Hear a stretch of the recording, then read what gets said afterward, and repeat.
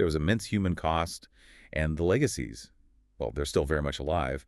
Couldn't agree more. So let's do it. Let's go back, way back to the very beginning. One, the dawn of influence. Early contact and the East India Company. 1600, 1757.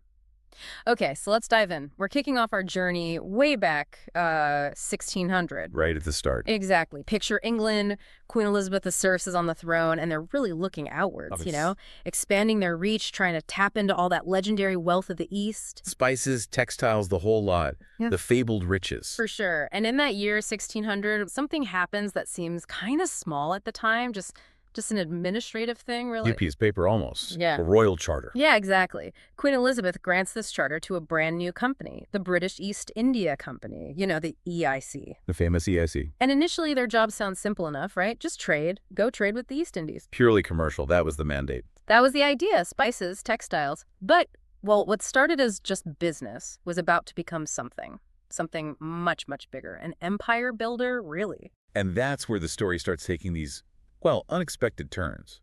In those early days, say the 1500s, early 1700s, the EIC was mostly about trade. It's buying and selling. Pretty much. They set up these little outposts, factories, they call them, in key port cities, places like Surat, Madras, Bombay, Calcutta. Right, but not factories like we think of them today, not making things. No, good point. Not industrial factories.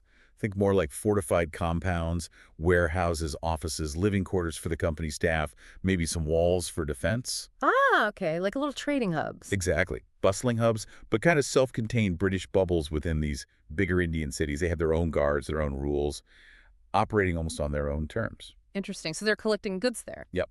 Textiles, spices, indigo dye, later on, opium, which becomes hugely controversial, getting it all ready for the long trip back to Britain. So these weren't just warehouses then. They were like footholds. Precisely.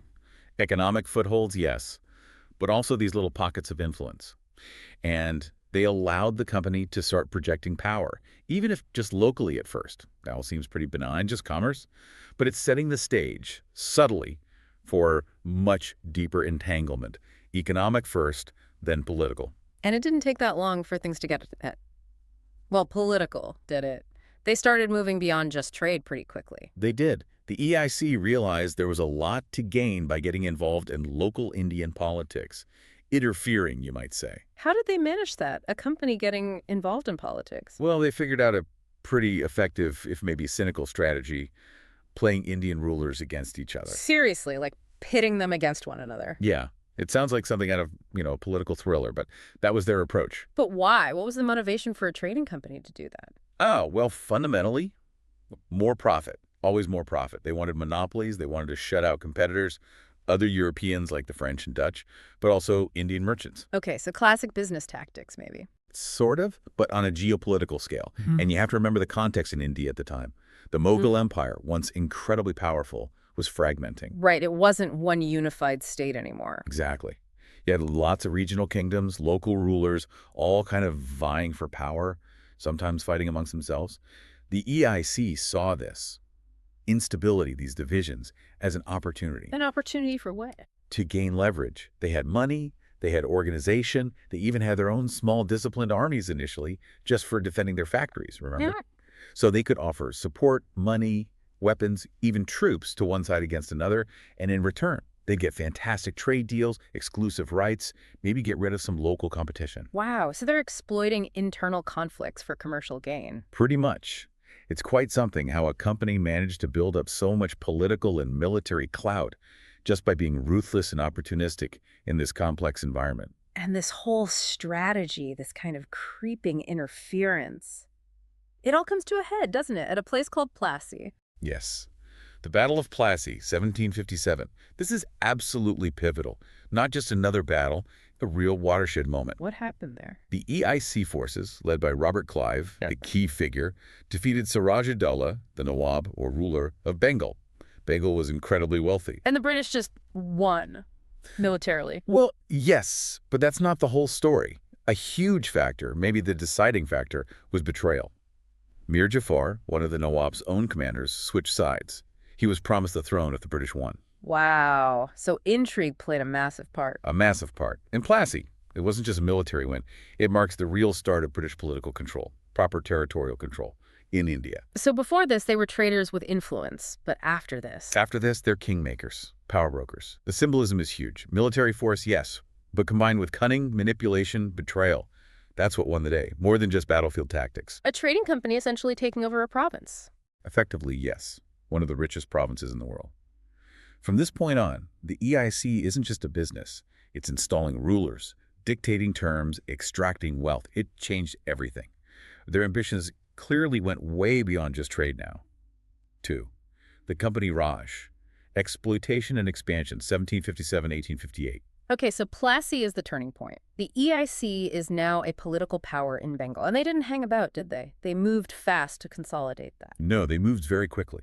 Just 8 years later, 1765, they secured something called the Diwani rights from the Mughal emperor. Diwani rights, what exactly does that mean? It sounds technical, but it was monumental. It gave the EIC the right to collect the taxes from Bengal, Bihar, and Orissa. Huge, fertile, wealthy areas. So a private company is now collecting taxes for an entire region. Essentially, yes. And the implications were just profound. Think about it. Before this, the EIC had to pay for Indian goods, spices, textiles, whatever, with silver and gold shipped from Britain. Right, which cost them money. Exactly. It was a drain on Britain. But with the Diwani, they could collect vast sums of money in India from Indian land and trade. Ah, so they could use Indian money. To buy Indian goods. Exactly. They could fund their own operations, pay their growing army, and buy the goods they wanted to export, all without sending bullion from Britain. That's incredible. They're basically getting goods for free from Britain's point of view. Pretty much. It turned India into this land exploited for revenue extraction on a massive scale. It's like mercantilism supercharged by a corporation. They weren't just taking resources. They were using India's own wealth to finance the removal of more wealth. Fueling Britain's economy, presumably. Hugely. This flow of wealth contributed significantly to Britain's Industrial Revolution. Indian capital fueling British factories. It was a massive, self-sustaining drain on India. And with all this new money, I assume their military ambitions grew as well. Absolutely. More revenue meant a bigger, better equipped army, and they used it. The period after 1765 saw a systematic campaign of military conquest and expansion across India. Taking more territory. Yes, aggressively. They targeted rival powers. Think about the defeat of Tipu Sultan of Mysore in 1799. He was a major opponent, wasn't he? The Tiger of Mysore. A very formidable opponent. Innovative, fiercely independent. His defeat was a huge symbol of growing British dominance. And then, maybe even more significantly, they took on the Maratha Confederacy. Who were they? A powerful network of states controlling large parts of central and western India. They were a major force. The British fought several wars against them and finally crushed the Confederacy by about 1818. And what did that mean? That meant British control, direct or indirect, over most of the Indian subcontinent was now basically cemented. There were very few independent powers left that could seriously challenge them. So these weren't just random wars, it was strategic. Oh, entirely strategic. You connect the dots. It was a systematic campaign. Eliminate rivals, secure resources, gain strategic depth. Tipu's defeat removed a major obstacle. Defeating the Marathas neutralized the biggest remaining power bloc. It was relentless expansionism, driven by that desire for total economic and political control. But it wasn't just about conquest and taxes, was it? Didn't the company also introduce changes like education, railways? Yes, they did. And this is where the narrative gets complicated. The company Raj did see the introduction of things like English education, the beginnings of that vast railway network, telegraph system. Which sounds like progress, right? Modernization. On the surface, yes, but it's a classic double-edged sword. These innovations happened alongside massive economic exploitation and devastating famines. Famines, plural. Oh, yes, recurring terrible famines. We'll come back to those. But even the improvements, Yeah. you have to ask why they were introduced. Who did they primarily benefit? Okay, so the railways. Crucial for moving raw materials, cotton, jute, indigo, from the interior to the ports, fast, for export to Britain. And just as important, for moving cheap British manufactured goods into India, which often destroyed local industries like textiles. Ah, so it helped British industry both ways. Precisely. And railways were also vital for moving troops quickly to crush any unrest. Control. And English education. Well, the main aim was to create a class of Indians who could help run the administration cheaply and efficiently. Clerks, lower-level officials, loyal intermediaries, people sometimes called them brown sahibs, It wasn't really about mass education or empowering Indian thought for its own sake. So tools of control, essentially, even the good things. Largely, yes, that's the critical perspective. Were they advancements for India, or tools for more efficient British rule and extraction? The evidence points strongly towards the latter, though, yes, some of that infrastructure would later be used by independent India. But the primary intent seems clear. 3. The fury unleashed. The Revolt of 1857, First War of Independence. Okay, so you've got this situation. Decades of exploitation, land being taken, industries ruined, cultural clashes, disrespect. It feels like something had to give. And it did. Dramatically. Yeah. In 1857, all that simmering resentment just exploded into what the British call the Sepoy Mutiny, but what many in India call the First War of Independence. Right. And it wasn't just one single thing that caused it, was it? You described it earlier as a perfect storm. Exactly. It was a culmination. Decades of grievances boiling over. Let's unpack it a bit. Okay. One immediate trigger, the famous one, was about military practices. New rifle cartridges. The greased cartridges, right. Yes. The rumor spread like wildfire among the sepoys, the Indian soldiers in the company's army, that these cartridges, which they had to bite open to load, were greased with pig and cow fat. Which would be deeply offensive to both Muslims and Hindus. Hugely offensive. A direct assault on their religious beliefs. Pork for Muslims, beef for Hindus. It felt like a deliberate attempt to defile them, maybe even forcibly convert them. But that was just the spark. It was the spark that lit the fuse, yes. But the powder keg was already full. There were broader fears about religious interference. Missionaries seemed to be getting more active. British laws were changing things like inheritance and adoption customs. Undermining traditions. Right. Then the economic hardship. Those land revenue policies, they were brutal. High taxes, inflexible collection meant many farmers lost their land, fell into debt. Generations of ownership wiped out. And the destruction of industries, we meant. Yes, weavers, artisans. Millions lost their livelihoods as cheaper British goods flooded the market. Widespread poverty and desperation. And politically. Deep resentment over how Indian rulers were treated. Kingdoms annexed, sometimes on flimsy pretexts using policies like the doctrine of lapse, treaties ignored, princes and nobles stripped of their traditional status and pensions. Just a profound lack of respect. So it's cultural, religious, economic, political, everything coming together. There's a potent mix. Cultural arrogance, economic pressure, political high-handedness. Yeah. It all boiled over. And when it erupted, who were the key figures leading the resistance? There were many, across different regions. Some truly iconic figures emerged. Rani Lakshmibai, the Queen of Shansi, she's legendary, fought incredibly bravely against the British. I think I've heard of her. Probably.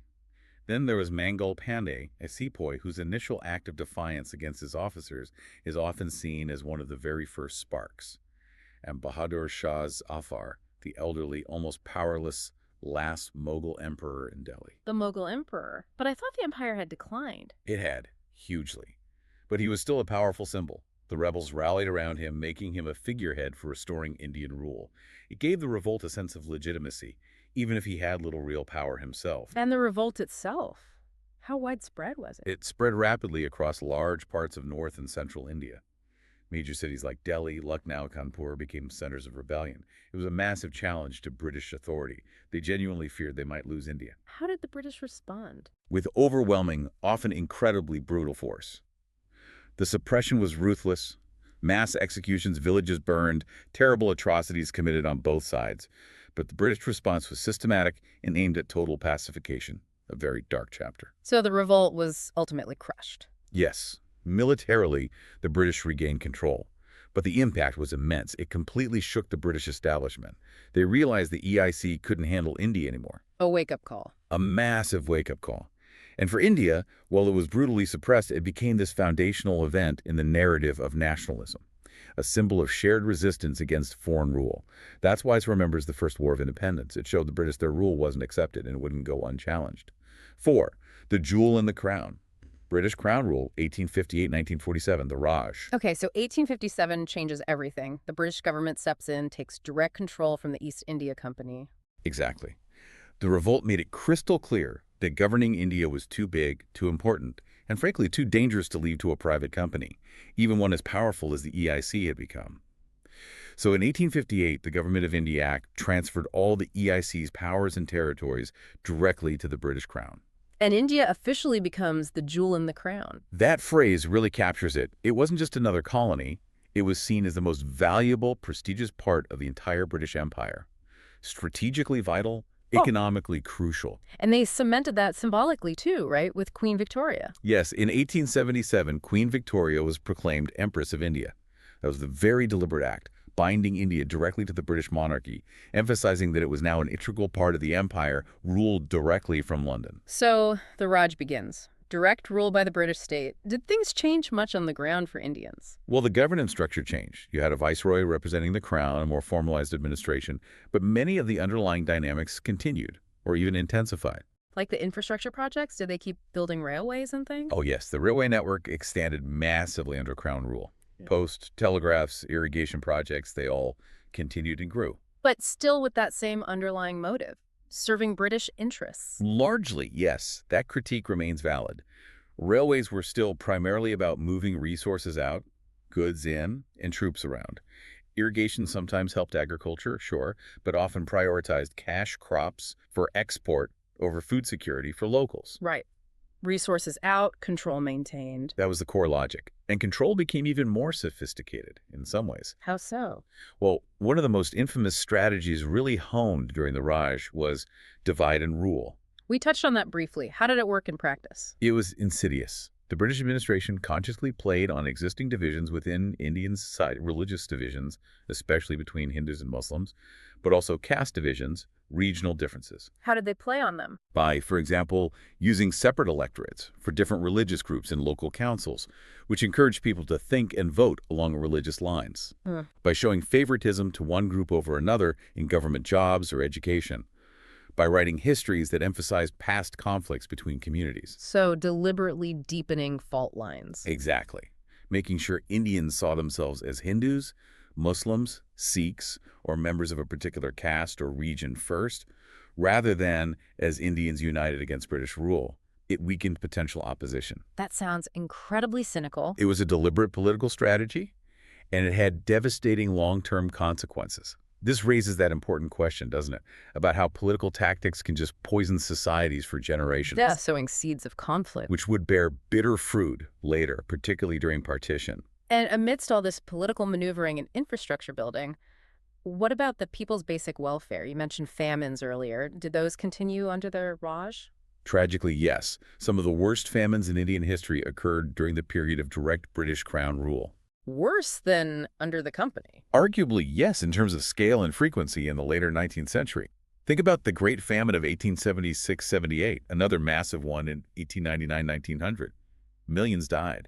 And then the horrific Bengal famine as late as 1943 during World War II. 1943, that's so recent. What caused these? Just bad weather. Weather often played a part, triggering droughts or floods. But the sources are clear. British policies often made things much, much worse. Oh. By continuing to export grain from famine-stricken regions because it fetched a good price elsewhere, or because of rigid adherence to free market principles that discouraged intervention. Relief efforts were often too little, too late, hampered by bureaucratic indifference or inefficiency. The focus on cash crops for export over food crops for local people also made regions more vulnerable. So people were starving while food was being shipped out. In some cases, yes. Or food was available elsewhere but wasn't moved effectively to where it was needed most.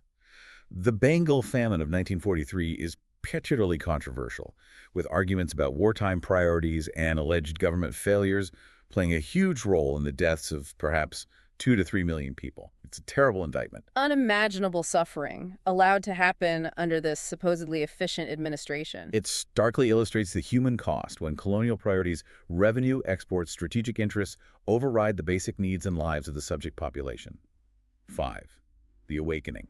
Rise of Indian nationalism. Okay, so despite this direct rule, the divide and rule tactics, the famines, resistance didn't just stop after 1857, did it? Something else started to grow. No, absolutely not. In fact, the very experience of unified British rule, paradoxically, helped foster a sense of shared identity and grievance across India, and that fueled the rise of organized nationalism. Where did that start? The first major step was the formation of the Indian National Congress, the INC, in 1885. The Congress Party that's still around today. That's the one. Though its character has obviously changed over time. Back in 1885, it was started, interestingly, with the help of a retired British civil servant, A.O. Hume. Really? A Brit helped start it? Yes, though the members were primarily educated Indians, lawyers, journalists, teachers, landowners. And initially, it was quite moderate. What were they asking for? Not independence yet. No, not at first. Their demands were more about reform within the British system.